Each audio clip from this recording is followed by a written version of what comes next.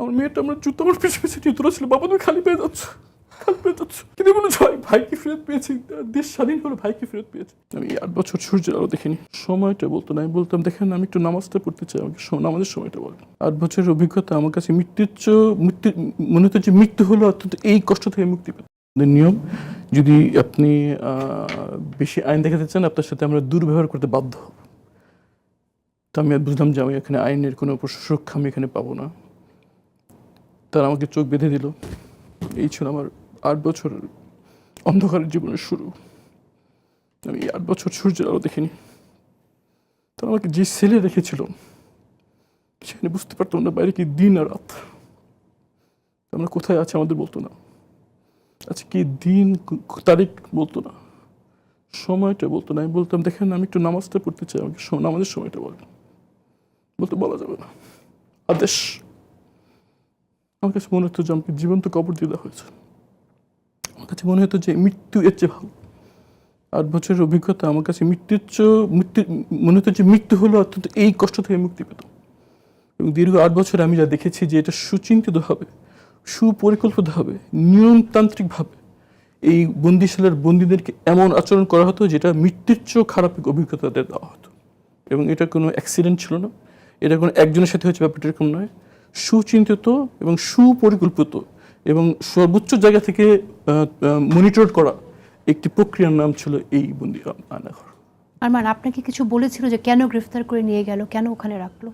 আমি বারবার তাদেরকে জিজ্ঞেস করতাম। প্রথম যখন নিয়ে গেল আমি অপেক্ষা করলাম যখন আমাকে জিজ্ঞেস করবে। সেই ঘন্টা পেরে দিন হলো, দিন পেরে সপ্তাহ হলো, সপ্তাহ পেরে মাস হলো। আমি যখনই খাবার দিতে আসতো বারবার জিজ্ঞেস করতাম যে আমার কাঁদছেন কেন। তখন বলতো যে বড় স্যারদের জিজ্ঞেস করবেন। মাস পেরিয়ে 1 মাস, 2 মাস, 3 মাস হয়ে গেল, কেউ কোনো কথা বলছে না। তখন আমি বারবার বলতাম যে যখনই গলার শুনে মনে হতো যে কেউ সিনিয়র করে কেউ এসছে, যে আমাকে কেন আনা হচ্ছে, আমার বিরুদ্ধে অভিযোগটা কি, অন্তত আমাকে আত্মপক্ষ সমর্থন করার সুযোগটা দাও। বলতো যে সর্বোচ্চ জায়গার আদেশ থেকে আনা হয়েছে। এটাই ছিল তাদের উত্তর। আমি বলতাম আমাকে বুঝলাম ছাড়বেন না, অ্যাটলিস্টটা ঘুরি দেন যেন 5 ওয়াক্ত নামাজটা পড়তে পারতি। বলতে দেওয়া যাবে না, আদেশ নাই, আদেশ দেওয়া যাবে না। আমরা জানি যে সেই সময়টাতেই কিন্তু আপনার বাবাকে গ্রেফতার করা হয়েছে, কারাবন্দী ছিলেন, প্রশ্নবিদ্ধ বিচারের মধ্যে দিয়ে তাকে ফাঁসি দেওয়া হয়েছে। তো তারা তো এই কাজটা করেছে, আপনি বাইরে থাকলে তাদের জন্য কি সমস্যা হতো? আর তারা যেটা করতে চেয়েছে তাদের রাজনৈতিক উদ্দেশ্য সাধনের জন্য কাজটা তো করেছে। আপনার কি মনে হয় যে আপনি কারোর সাথে যোগাযোগ করতেন, নেটওয়ার্কিং করতেন আন্তর্জাতিক ভাবে, এসব কোনো কারণ হতে পারে? এখন আমি যেটা করার চেষ্টা করেছিলাম যে এই আইনি প্রক্রিয়াটা যে কী পরিমাণ ত্রুটিপূর্ণ এবং এই যে প্রক্রিয়াটা এই বিচারটা পরিচালনা হচ্ছে তা পূর্ব নির্ধারিত এবং আইনের বিধান, সাক্ষ্য আইনের যে বিধান কোনোটাই মানা হচ্ছিল না। এবং সর্বশেষ সারা দুনিয়া দেখেছে যে আমার পিতার বিচারের সময় 2 জন মিনিস্টার পাবলিকলি প্রধান বিচারপতিকে হয়রানিমূলক কথা বলেছেন। একজন অবসরপ্রাপ্ত বিচারপতি আমাদের মামলা পরিচালনা করে রাজি হয়েছিলেন। তাকে এমন পরিস্থিতি সৃষ্টি করা হয়েছিল যে তিনি মামলা থেকে নিজে গুটিয়ে নিতে বাধ্য হয়েছিলেন। আমি চেষ্টা করেছি যতটুকু আমার সাধ্য ছিল এই যে অন্যায়গুলো হচ্ছে এটা যেন সবাই জানতে পারে সেটা ব্যবস্থা করার আমি চেষ্টা করেছি। আমি সোশ্যাল মিডিয়াতে আমি আমার রেগুলার পোস্ট করতাম এবং আমি যেখানে আমার পরিচিতি ছিল সেখানে আমি জানানোর চেষ্টা করেছি যে কী হচ্ছে আমাদের সাথে। ফ্যাসিবাদের সবচেয়ে বড় শত্রু হচ্ছে সত্য। তারা ভয় পায় সত্য বেরিয়ে যাওয়ার। হয়তো আমি সত্য কথা বলছিলাম এবং তারা চায়নি এই সত্যি বেরো। এবং আমি যা করছিলাম তারা যা করতে চেয়েছিল সেটার প্রতি একটা বাধা ছিল। সেটা এই বাধা দূর করার জন্য তারা আমার পিতার ফাঁসির 13 দিন আগে আমাকে, আমি দীর্ঘদিন বন্দী ছিলাম, জানতেও পারিনি আমার পিতার কি হয়েছে, জানতে পারিনি আমার পিতা কি বেঁচে আছেন না নাই। এভাবে কাটে আমার।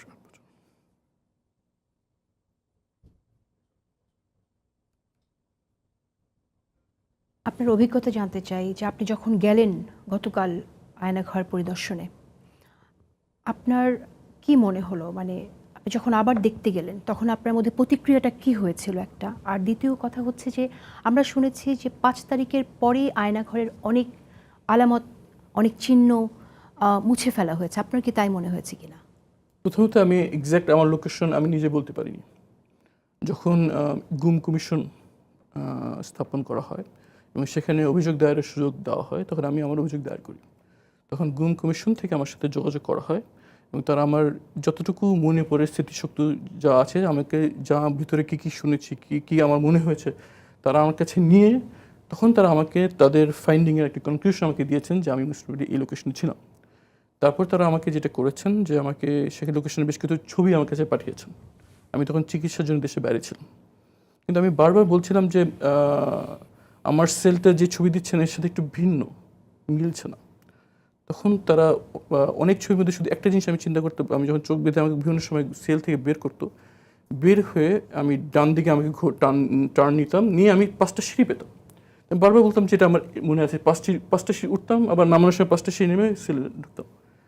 কিন্তু কোনো মতেই তারা এই সিঁড়িটা তারা খুঁজে পেয়েছেন এবং আমি বলতাম যে আমি আওয়াজ শুনছি, ট্রেনের আওয়াজ শুনছি, আমি প্লেন ল্যান্ডিং আওয়াজ শুনতে পারতাম শীতকালে। তার ওখানে গরমকালে একটা এক্সস্ট ফ্যান চালাতো, যেটা বাইরের সাউন্ড যাতে আমরা বুঝতে না পারি, বাইরের সাউন্ডকে ঢেকে ঢেকে দেওয়ার জন্য খুব লাউড একটা এক্সস্ট ফ্যান চালাতো। শীতকালে আমাদের কষ্ট তাদের কোনো বিষয় ছিল না। তারা শীতকালে তারা যে প্রহরী ছিল তাদের কষ্ট হতো, তখন তারা ওই এক্সস্ট ফ্যানটি বন্ধ করতে বাধ্য হতো আর কি। তো ওই এক্সস্ট ফ্যান বন্ধ হলে আমরা বিভিন্ন আওয়াজ শুনতে পারতাম। সেই সব ক্লু দিয়ে তখন তারা লোকেশনটা আইডেন্টিফাই করেছে এখানে। কিন্তু আমি যে সেলে ছিলাম, যখন আমি ওখানে খাওয়ার সময় হোক, আমাকে যে গোসল করার জন্য এখানে তো যে করেছে সেগুলো মিল ছিল না, কোনোখানে সেটার অস্তিত্ব পাওয়া যাচ্ছিল না। পরে যেটা আবিষ্কার করা হলো, গুম কমিশনের আমি বলবো যে নির্ভীক সদস্যবৃন্দ নিরলসভাবে এখানে তদন্ত চালিয়ে যেটা আবিষ্কার করেছেন যে সেই সেলগুলোর দরজা ভেঙে দেয়াল তুলে দেওয়া হয়েছিল, দেয়াল তুলে রং করে এমনভাবে দেওয়া হয়েছিল যেগুলো অস্তিত্বই বিলীন করে দেওয়া হয়েছে, এবং যেসব সেলগুলো এমনভাবে ছিল যে ভেঙে ফেলা সম্ভব সেগুলো ভেঙে ফেলা হয়েছিল, এবং এটাকে প্রমাণ বিনষ্ট করার সর্বোচ্চ চেষ্টা তারা করেছিল। কিন্তু আমি বারবার বলেছি যে সিঁড়িতে নেমে বামে গেলে আমার সেল।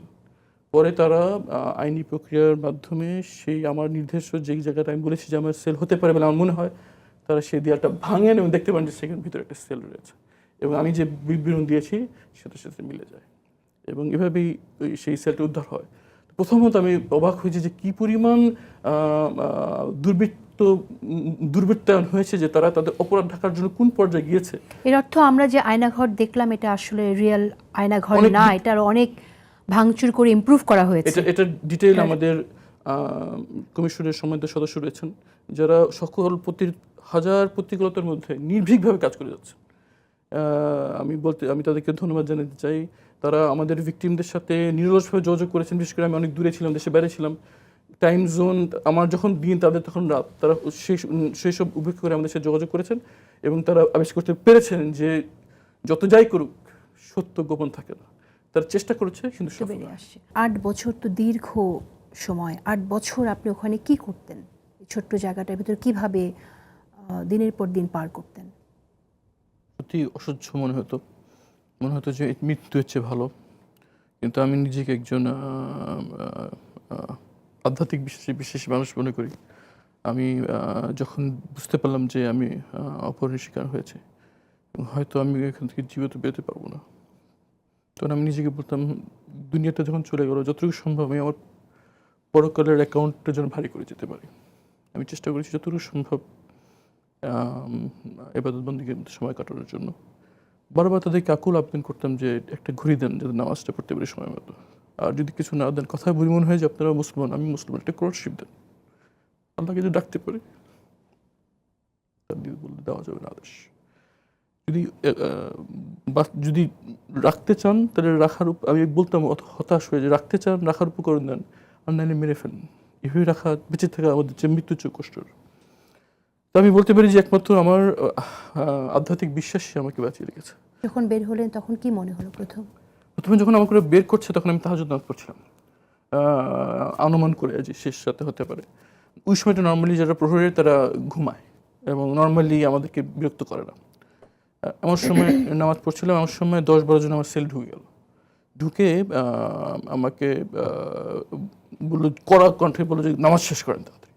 নর্মালি এটা তারা করে না, করতো না আগে। আমি তাড়াতাড়ি নামাজ শেষ করলাম। তারা আমাকে চোখ বাঁধত যে জিনিসটা দিয়ে, সেটা ছিল সোয়েট রেজিস্ট্যান্ট ফ্যাব্রিক টাইপের এক ধরনের, যেটা ইউজুয়ালি সিকিউরিটি ফোর্সের ইউনিফর্মে ব্যবহার করা হয়। সেটা খুলে তারা আমাকে গামছা দিয়ে চোখ বাঁধল, গামছা দিয়ে হাত বাঁধল, বের করে তারা আমাকে বের করে নিয়ে চলে গেল। আমি তো আসলে বুঝতে পারিনি যে বাইরে বিপ্লব ঘটে গেছে। আমি মনে করলাম ওরা মনে হয় আমাকে মেরে ফেলবে। আমি মনে মনে দোয়া পড়ছিলাম যে আমার জন্য মৃত্যুটা সহজ হয়। তারা আমাকে গাড়িতে নিয়ে গাড়ির ফ্লোরে শোয়া ফেললো, আমার উপরে দুজন বসলো, আমার গায়ের উপর বসে গাড়ি চলা শুরু করলো।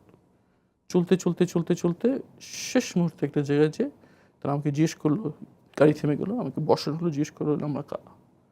আমি বললাম, আমি অস্বীকার করলাম, কারণ আমি তো স্বীকার করার সুযোগ নেই। তারা বললো যে আপনি দিন কোথায় ছিলেন। আমি বললাম আমার জানা নেই। তখন একটা কথা বললো আমার, যেটা আমার মুখে ধাক্কা লাগলো, বললো সবাইকে এটাই বলবেন। তখন আমার কাছে মনে হলো মনে হয় আমাকে মারবে না, কারণ মারলে তো এই কথা বলার প্রশ্ন আসে না। আমি একটা ধাক্কা খেলাম, আমি পড়ে গেলাম, গাড়ি চলে গেল। তখন আমি মনে হচ্ছিল যখন একটা গুলির আওয়াজ শুনবো আর সব শেষ হয়ে যাবে। সূরা ইয়াসিন পড়ছিলাম, সূরা ইয়াসিন পড়লে মৃত্যু সহজ হয়। সেই মৃত্যুর জন্য ওয়েট করছিলাম, কিন্তু দেখলাম যে কিছু আওয়াজ নাই, কিছু নাই, ঝিঝি পোকার আওয়াজ শুনতে পাচ্ছি। তখন অনেকক্ষণ পর অনেক সাহস করে একটু হাতটা দিয়ে চোখটা করার চেষ্টা করলাম, দেখলাম যে এমনভাবে করেছে আমি খুলে ফেলতে পারলাম। খুলে দেখলাম যে আমি একটা অন্ধকার প্রান্তে দাঁড়িয়ে আছি, পিছনে জঙ্গল আর সামনে অন্ধকার। আর আমি যেটা পরে আপনার ডাক্তাররা বলেছিল, আমার অপুষ্টির কারণে আমার 2 চোখে ছানি পড়ে গিয়েছিল, আমি সব ঘোলা দেখছিলাম। দূরে একটি অল্প আলো টিম টিম করে জ্বলছে, আমি দেখতে পাচ্ছিলাম। তো আমি আলোর দিকে হাঁটা শুরু করলাম। হেঁটে যে অনেক দূর হাঁটার পর কাছে যে দেখলাম এটা একটা কনস্ট্রাকশন সাইট। ওখানে একটা সাইনবোর্ড লেখা, সেখানে লেখা দিয়াবাড়ি উত্তরা। এই আমি বুঝতে পারলাম আমি এখানে আছি। আমি কিন্তু তখনও আমি জানতে পারিনি যে আমি বাইরে বিপ্লব ঘটে গেছে। আমি তখন বলতে পারছিলাম না আমার পরিচয় কী। আমি অনেক বললাম যে আমার ফোন টোন সব চুরি হয়ে গেছে, আমার বাসায় মিরপুর, আমি কীভাবে যাবো। তারপরে ওদিক যেতে থাকেন আর কি। তো ওখানে যেয়ে আমি একটা মসজিদে যাই, তখন ফজর আজান হয়ে কাছাকাছি। ওদিকে যে থাকতে থাকতে আমি ওই যে একটা জায়গা আছে এখানে রাস্তা আর খালি প্লট, ওই জায়গাটা পেয়ে গেলাম, ওটা না পরিচিত।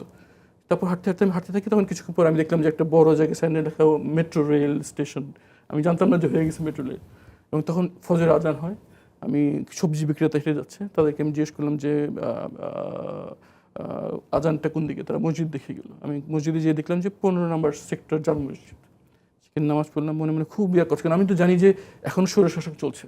আমার পরিচয় দিলে আমার কোন বিপদ আসবে, এই ভয়ে আমি পরিচয় দিতে পারছিলাম না। আমার ফোন নাম্বার এতদিন দীর্ঘদিন মনে নেই কিছু আমার। তো আমি অনেক নামাজ পড়ে অনেক সাহস নিয়ে ইমাম সাহেবের সাথে গেলাম। উত্তরা যেহেতু বুঝতে পেরেছি, উত্তরা একটি অলাভজনক একটি প্রতিষ্ঠান, একটি হাসপাতাল ছিল, যেটা আমার পিতা প্রতিষ্ঠা করে রেখেছেন। তো আমার অনেক আল্লাহ আমার হলো যে উঠে গেলে হয়তো লোকজন আমাকে চিনতে পারবে। আমি ইমাম সাহেবকে যে বললাম যে ভাই আমি তো সব চিন্তা হয়ে গেছে, উত্তরায় একটু হাসপাতালটার পাশে আমার আত্মীয় থাকে, আমাকে নিয়ে যাবে নাকি। তো উনি আমাকে হাসপাতালে নিয়ে গেলেন। হাসপাতালের লোকজন, আমি একটু ময়লা লুঙ্গি পরা ছিলাম, ছেঁড়া গেঞ্জি গায়ে ছিল, গায়ে গামছা যেটাতে চোখ ভিতরে গায়ে পড়া ছিল, তারা আমাকে ঢুকতে দিচ্ছে না। বলছে যে কী দরকার। বললাম একটু কথা বলা দরকার, বড় স্যার কেউ আছে নাকি। বলে বড় স্যার তখন তো ভোরের সময়, বলছে 9টার দিকে আসবে, দূরে যান। আমাকে দূরে সরাই দিল। তো আমি রাস্তায় বসে থাকলাম, বসে বসে করছি। আস্তে আস্তে দেখলাম যে ক্লিনাররা আসলো, ডাক্তাররা আসলো, অনেক একজন স্যুট টাইপের একজন আসলো আর কি। তখন আমি দৌড়ে তার কাছে গেলাম। সে দেখলাম আমাকে লুঙ্গি পরে একটু দূরে আসতে দেখে সে তার মোবাইলটা তাতে পকেট ভেবে ফেলে, যাতে ভয় আশঙ্কা করতেছে কে, আমাকে চিনতে পারেনি। কাছে গিয়ে আমি খুব দেখলাম যে আশা করছি একটু চিনে কিনা আমাকে, আমার তো চেহারা নষ্ট হয়ে গেছিলো আর কি। দেখলাম সে চিনতে পারছে না। তো আমি তাকে বললাম যে ভাই খুব বিপদে পড়ে আপনার কাছে আসছি, একটু মোবাইলটা একটু ব্যবহার করা যাবে নাকি। সে খুব সন্দেহ থেকে তাকাচ্ছে আমার দিকে, মোবাইল কেন। আমি বললাম একটু বিপদে পড়ে এসেছি, একটু যদি দেখাতে সুযোগ দিতেন। সে তখন তো মোবাইলটা আমাকে দেয়। তখন আমি গুগল সার্চ করি আমার নাম, তখন আমার ওই ছবিটা উঠে আসে যে স্যুট টুট। তো আমি মোবাইলটা আমার মুখের কাছে নিয়ে দেখলাম, চিনতে পারছেন। সঙ্গে সঙ্গে কেটে আমাকে জড়া করলো, কিন্তু মনে হয় ভাইকে ফেরত পেয়েছি, দেশ স্বাধীন হলো, ভাইকে ফেরত পেয়েছি। দেশ স্বাধীন হয়েছে মানে বলেছে, সেই মধ্যে জানতে পারলাম দেশ স্বাধীন হয়েছে। পরে আমি মনে আছে তার বাসায়, তার অফিসে বসে ল্যাপটপে আমি দেখলাম যে গুলি হচ্ছে, গুলি হচ্ছে, বাচ্চা ছেলে গুলির সামনে দাঁড়িয়ে আছে, মারা ছেলেদেরকে গুলির লাইনে পাঠিয়ে দিচ্ছে। এই তরুণ যাদের এইসব জেনজি, যাকে সবাই অত্যন্ত ছোটাছুলি করতো, যারা ট্যাব এবং গেমস নিয়ে পড়ে থাকে, প্রাইভেট ইউনিভার্সিটির ছাত্র যাদেরকে অন্য পাবলিক স্টুডেন্ট সাথে ফার্মের মুরগি বলে ডাকে, তারা গুলির সামনে বুক পেতে দিয়েছেন, যার পর আজকে আমরা দিনের আলো দেখছি। নাহলে হয়তো আমাদের ওখানেই মৃত্যু হতো। তো এভাবেই আমি মৃত্যু পরে পাই। পরে আমি জানতে পারি যে আমি স্বাধীন হয়েছে, দেশ স্বাধীন হয়েছে। এবং তারা তখন আমার পরিবারের সাথে যোগাযোগ করে। যখন হাসপাতাল থেকে ফোন যায় পরিবারের কাছে, সবাই ভয় পেয়ে গেল। তারা ফোনে বলতে সাহস পাচ্ছিল না, বলছে আপনার এদিকে আসেন, হাসপাতালে আসেন। তখন আমার পরিবার সদস্য ভয় পেলো যে কিছু খারাপ ফিল কিনা, হাসপাতালে নর্মালি আসছে, তখন তারা বলে একটু ছবি পাঠান। তখন তারা আমার মোবাইল আমার মায়ের মোবাইলে একটা ছবি পাঠান। তখন মা সব জানতে বলে যে তার ছেলে বেঁচে আছে। তখন আমি আমাকে অ্যাম্বুলেন্স করে বাসায় পাঠানো হয়, মাকে জড়িয়ে ধরে আমি ফ্যামিলির কাছে ফিরে যাই। তার মানে আপনার বাচ্চা তো আপনাকে 8 বছর দেখেনি, পারিবারিক জীবনে আপনার এখন বড় মেয়ের সামনে থেকে আমাকে টেনে হেঁচে নিয়ে যাওয়া, তো বুঝতে পারিনি যে আমাকে অপহরণ করে নিয়ে যাচ্ছে। ও দেখছি আমি খালি পায়ে চলে যাচ্ছি, আমার মেয়েটা আমার জুতো আমার পিছু পিছু নিয়ে দৌড়াচ্ছিল, বাবা তুমি খালি পেয়ে যাচ্ছ, খালি পেয়ে যাচ্ছ। আমার বাচ্চারা ট্রমাটাইজড। আমার অপহরণের পর আমার পরিবার সবসময় চেষ্টা করেছে আমার বিষয় নিয়ে কথা বলার জন্য, দুনিয়া দেশে এবং দেশের বাইরে। এর ফলে নিয়মিতভাবে আমার পরিবারকে হয়রানি করা হয়েছে। এই পরিমাণ হয়রানি তাদেরকে করা হয়েছে যে যখন পুলিশ তাদের বাসায় আসতো, পাশে পাশে প্রতিবেশীরা মনে করতো মনে হয় কোনো সন্ত্রাসী হামলা হয়েছে, সেখানে পুলিশ হয়েছে। আপনারা সবাই জানেন যে যখন টিউলিপ সিদ্দিকীকে প্রশ্ন করে আমার ব্যাপারে, তখন এই পরিমাণ পুলিশ আমার বাসায় এসেছিল, আশেপাশে সব লোকজন বলেছে যে আমরা মনে করছি এখানে মনে হয় কোনো জঙ্গি ধরা পড়েছে, এই জন্য এই পর্যন্ত আসছিল। তাদের হয়রানির ফলে আমাদের প্রত্যেক সম্পত্তি থেকে আমাদেরকে পালিয়ে যেতে হয় এবং তারা অন্যত্র থাকতে বাধ্য হয়। আমি, আমার পরিবার, আমার সন্তানরা সবাই ট্রমাটাইজড। আমার বাচ্চারা স্কুলে গার্ড থেকে ভয় পায়, আমার মেয়েরা ঘুমিয়ে কেঁদে উঠে যে বাবাকে নিয়ে গেছে, মাকেও নিয়ে যাবে, আমরা এতিমখানায় থাকি। এই দুঃস্বপ্ন আমার বাচ্চারা থাকে। এটি শুধু একটি না, এই গুম, এই আয়নাঘর, এই এনফোর্স ডিসঅ্যাপিয়ারেন্স শুধু একটি জীবন না, এটি শত শত জীবনের কান্নার কথা, হাজার হাজার স্বপ্ন ধ্বংস হওয়ার কথা, এবং একটি জাতির সত্তার সারা বিশ্বের কাছে কলঙ্কিত হয়।